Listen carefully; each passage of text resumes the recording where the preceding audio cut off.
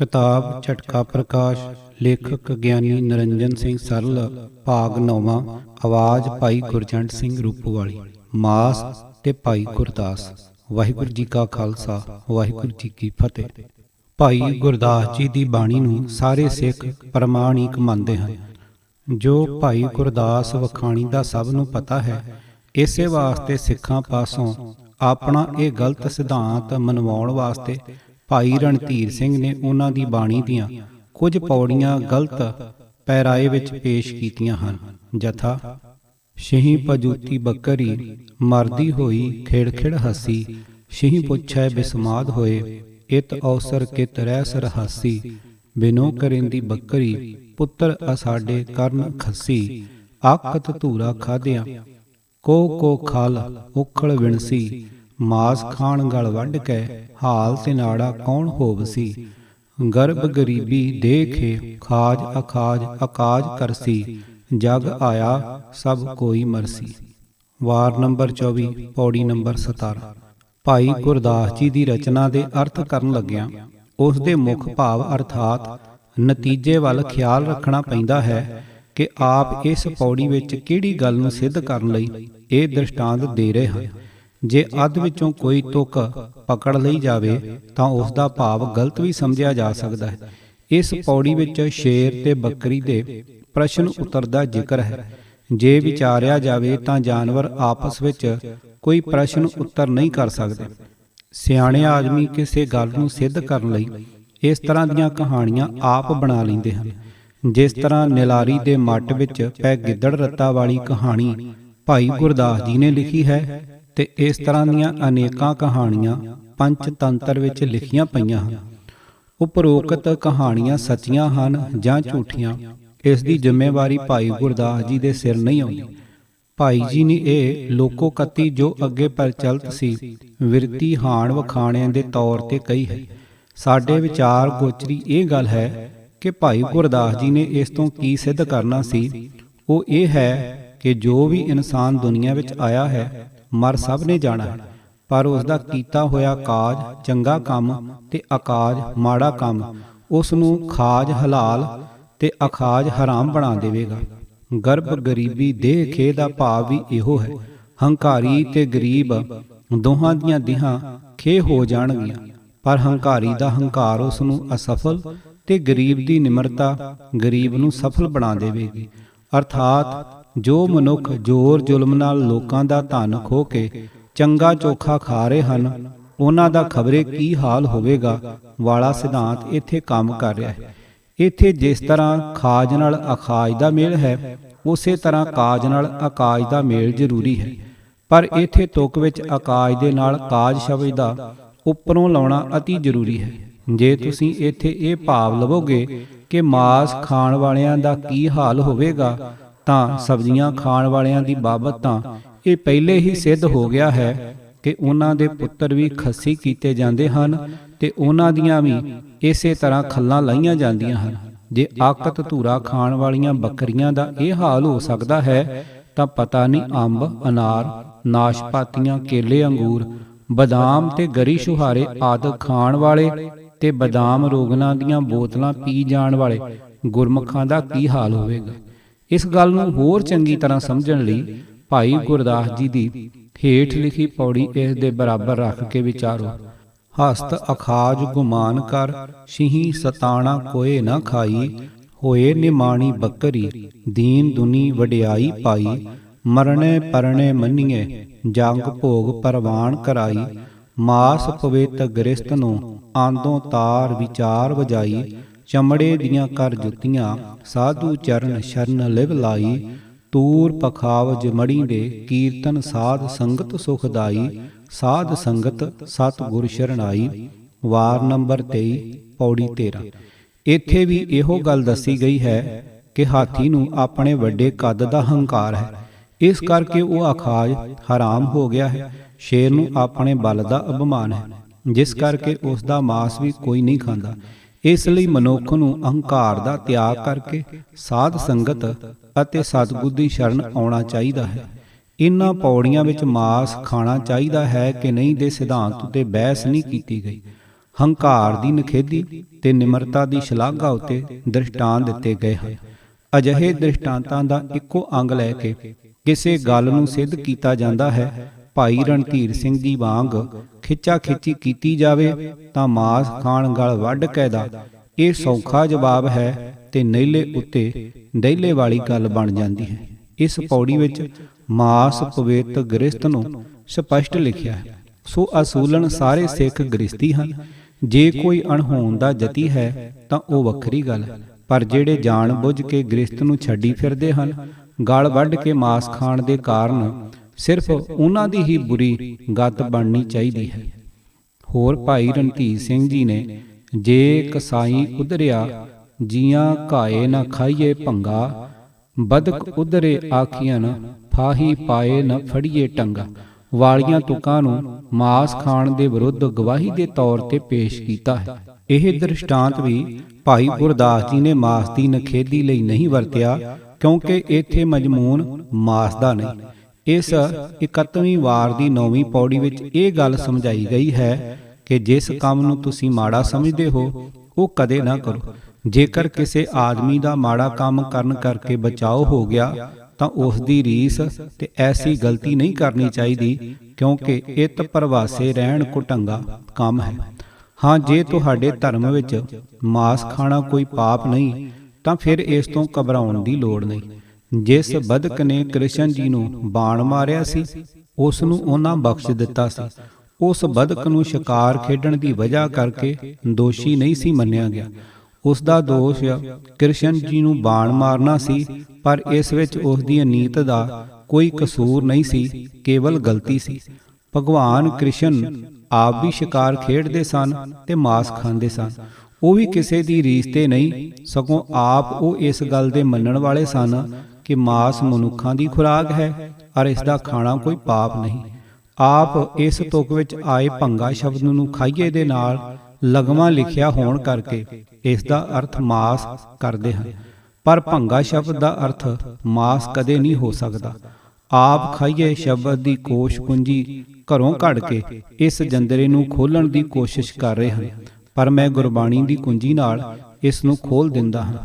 ਆਸਾ ਰਾਗ ਵਿੱਚ ਪੰਚਮ ਪਾਤਸ਼ਾਹ ਦਾ ਇੱਕ ਸ਼ਬਦ ਹੈ, ਦੇਖੋ ਸਫਾ ਨੰਬਰ 391।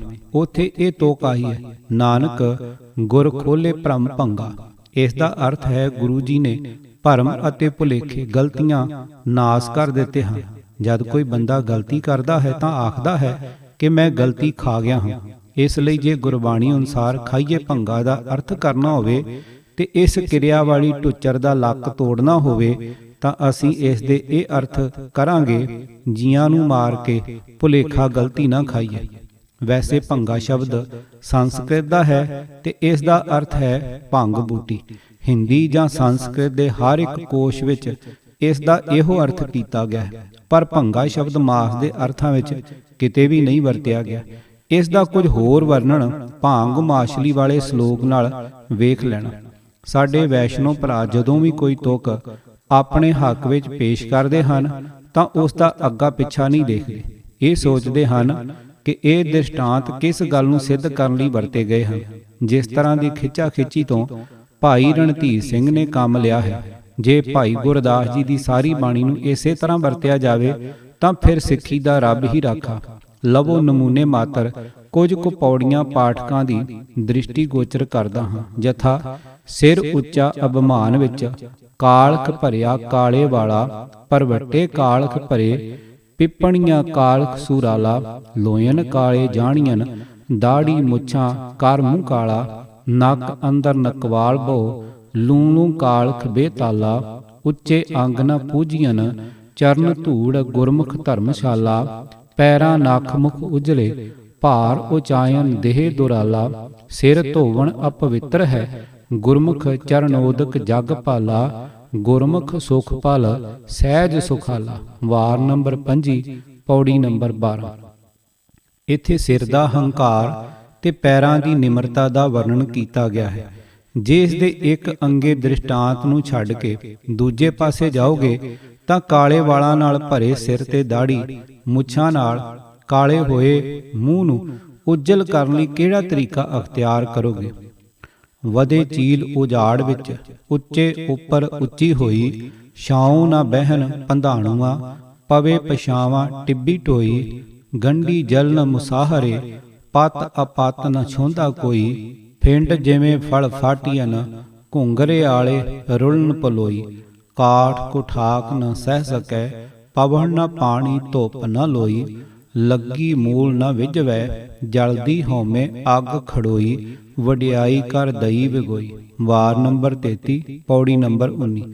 ਮਾਸ ਖਾਣ ਗਲ ਵੱਢ ਕੇ ਵਾਂਗ।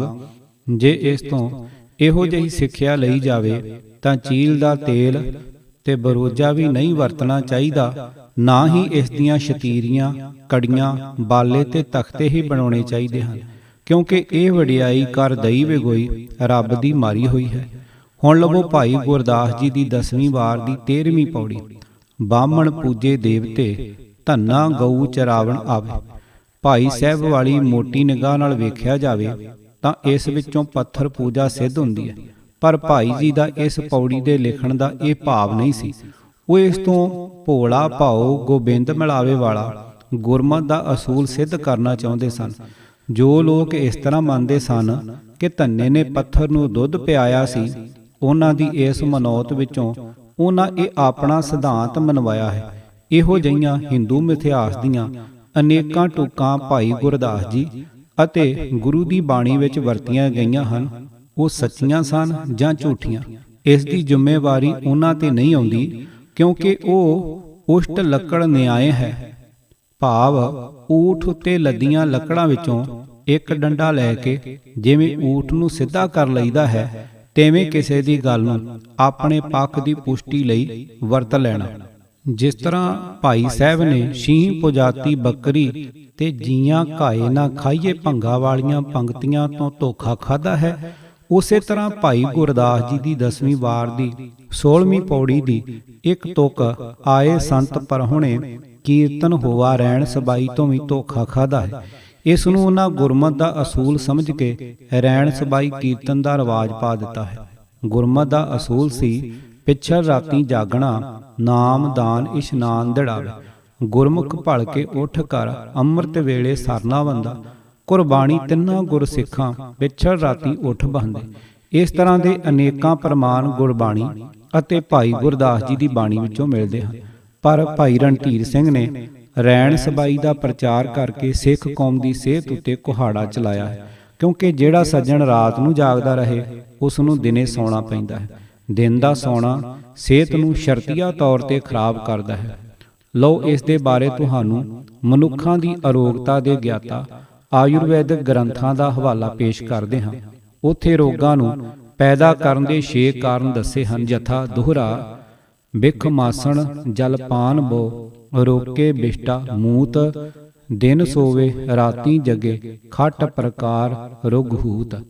ਬਿਖੜਾ ਆਸਣ, ਬਹੁਤਾ ਪਾਣੀ ਪੀਣਾ, ਵਿਸ਼ਟਾ ਤੇ ਮੂਤਰ ਦਾ ਰੋਕਣਾ, ਰਾਤ ਨੂੰ ਜਾਗਦੇ ਰਹਿਣਾ ਤੇ ਦਿਨੇ ਮੂੰਹ ਦੇ ਮੂੰਹ ਪਏ ਰਹਿਣਾ, ਇਹ 6 ਤਰੀਕੇ ਰੋਗਾਂ ਨੂੰ ਪੈਦਾ ਕਰਨ ਦੇ ਹਨ। ਉਥੇ ਇਹ ਵੀ ਦੱਸਿਆ ਹੈ ਕਿ ਕਈ ਰੋਗ ਐਸੇ ਵੀ ਹਨ ਜਿਨ੍ਹਾਂ ਵਿੱਚੋਂ ਅੱਗੇ ਤੋਂ ਅੱਗੇ ਰੋਗ ਨਿਕਲਦੇ ਆਉਂਦੇ ਹਨ। ਇਸ ਦਾ ਇਹ ਪ੍ਰਮਾਣ ਹੈ ਦੋਹਰਾ, ਕਾਹੂ ਰੋਗ ਸਹਿ ਰੋਗ ਪ੍ਰਤ, ਹੋਰਤ ਨਿਧਾਨ ਵਿਧਾਨ, ਜਤਾ ਦਿਵਸ ਸਵਨਾਦ ਤੇ, ਪ੍ਰਤੀਸ਼ਾਜ ਰੁਜ ਜਾਨ, ਪ੍ਰਤੀਸ਼ਾਜ ਤੇ ਹੋਤ ਹੈ, ਕਾਸ ਰੋਗ ਤਨ ਦੋਖ, ਕਾਸ ਰੋਗ ਤੇ ਖਾ ਹੋਵੈ, ਸ਼ਈ ਰੋਗ ਤੇ ਸੋਗ। ਗੰਗਾਤੀ ਨਿਦਾਨ ਅਧਾਇ ਨੰਬਰ 1 ਸ਼ੰਤ 24 ਅਤੇ 25।